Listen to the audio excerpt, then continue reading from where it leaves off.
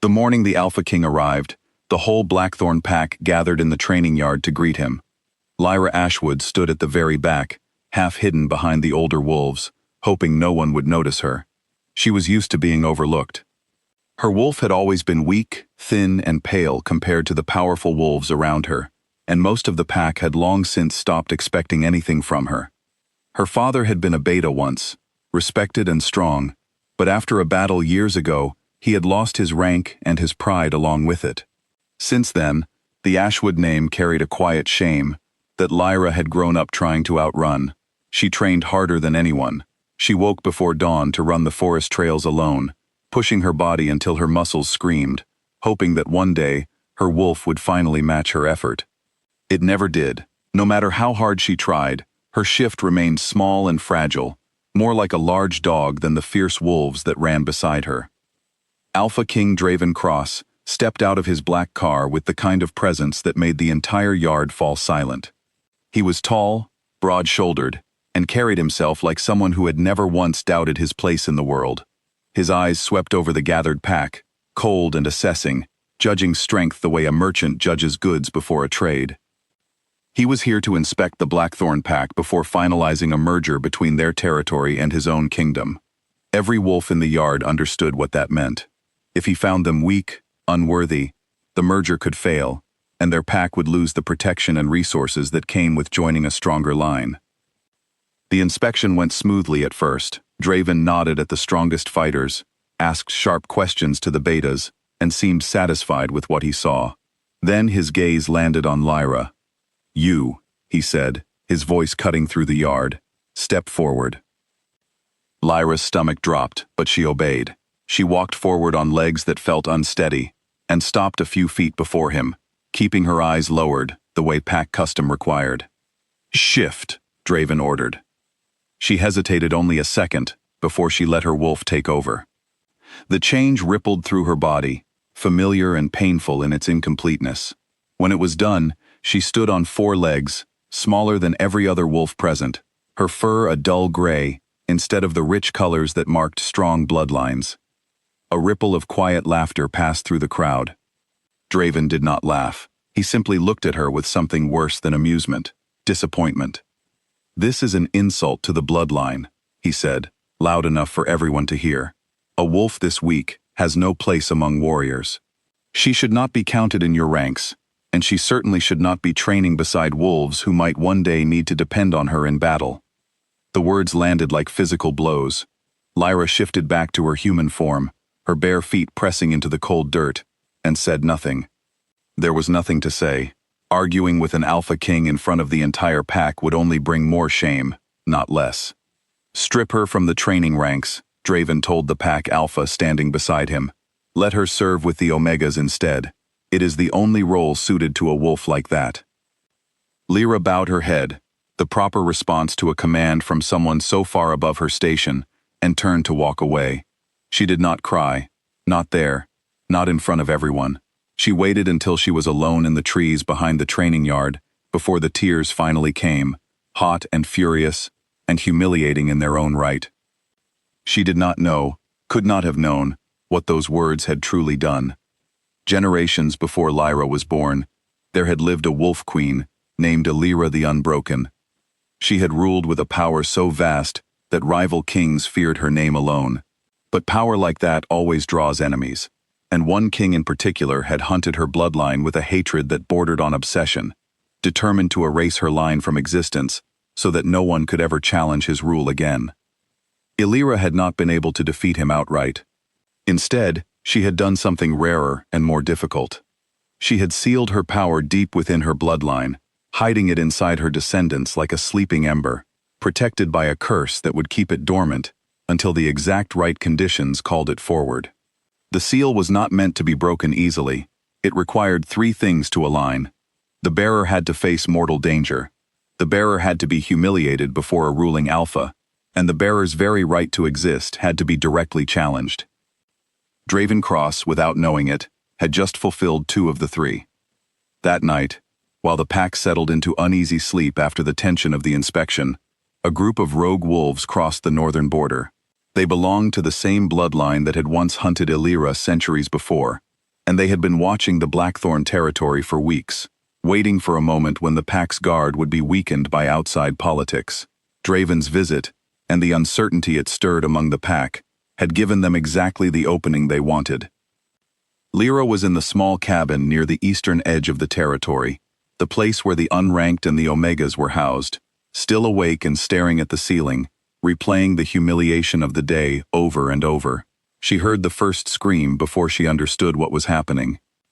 She ran outside barefoot, her heart pounding, and saw fire in the distance near the children's quarters. Pack members were shouting, some shifting mid-run, chaos spreading through the camp like water through cracked stone. An older Omega grabbed her arm. "Stay hidden," the woman said, panic thinning her voice. "The Alpha King's guards will handle it. We are supposed to stay out of the way." Lyra nodded, because that was what she had been trained to do her entire life. Stay out of the way. Do not draw attention. Let the strong ones fight while the weak ones hide. Then she saw them, 3 children, no older than 8 or 9, running the wrong direction, cut off from the safe paths by a group of rogue wolves closing in fast. No guard was near them. No one else had noticed yet. Every instinct in Lyra's body told her to look away, to obey the order, to protect herself, the way she had been taught a wolf as weak as hers should. But something deeper, something older than instinct, refused to let her stand still. She ran toward the danger, instead of away from it. The rogue wolves noticed her the moment she stepped between them and the children, 3 against 1, and she was the weakest wolf in the entire pack. She knew, in the small, clear part of her mind still capable of thought, that she likely would not survive this. But the children were still behind her, frozen in fear, and she would not move. "Run," she told them, her voice steadier than she felt. "Run now, toward the main houses. Do not stop." The children obeyed, scrambling away into the dark. The rogue wolves lunged. Lyra shifted, bracing for the pain of her small, fragile form meeting 3 much larger predators. But the pain that came was not the pain she expected. Something inside her chest cracked open, not with injury, but with release. It felt like a door that had been locked her entire life finally swinging wide. Her bones did not just shift, they transformed, stretching and reshaping into something far larger than the wolf she had always known. Her fur darkened from dull gray into a deep silver shot through with black, thick, and gleaming even in the darkness. Her eyes, when she turned them toward the rogue wolves, burned gold, bright enough to reflect like small flames. The rogue wolves froze. Every predator instinct in their bodies screamed at them to retreat, though none of them understood why. Lyra did not fully understand it either, not in that moment. She only knew that her body no longer felt weak.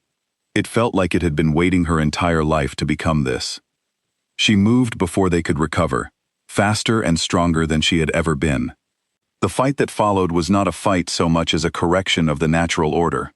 The rogue wolves, wolves who had come prepared to slaughter an unguarded pack, found themselves scattered and broken within minutes, fleeing back toward the border they had crossed with such confidence only moments before.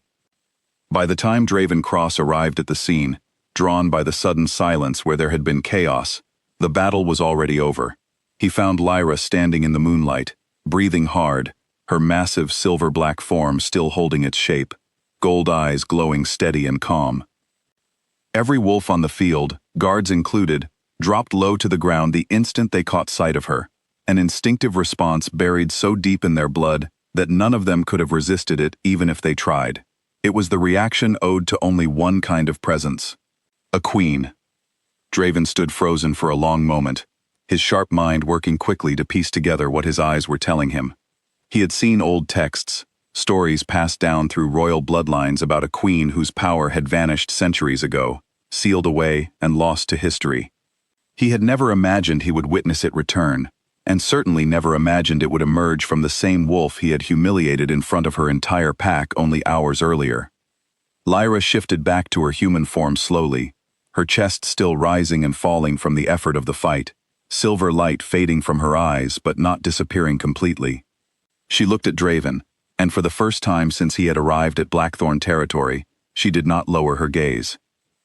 "You called my wolf an insult," she said quietly, her voice carrying easily across the silent field. You said I had no place among warriors. Draven's jaw tightened.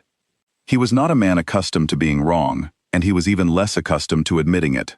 But he had built his reign on respecting strength above all else, and denying what stood in front of him now would make him a hypocrite in front of his own guards, who were still kneeling in the dirt. He walked forward and, to the shock of everyone watching, lowered himself to one knee before her. I was wrong, he said, and though the words clearly cost him, his voice held no hesitation. I judged a seed and called it weak, because I could not see the tree it would become.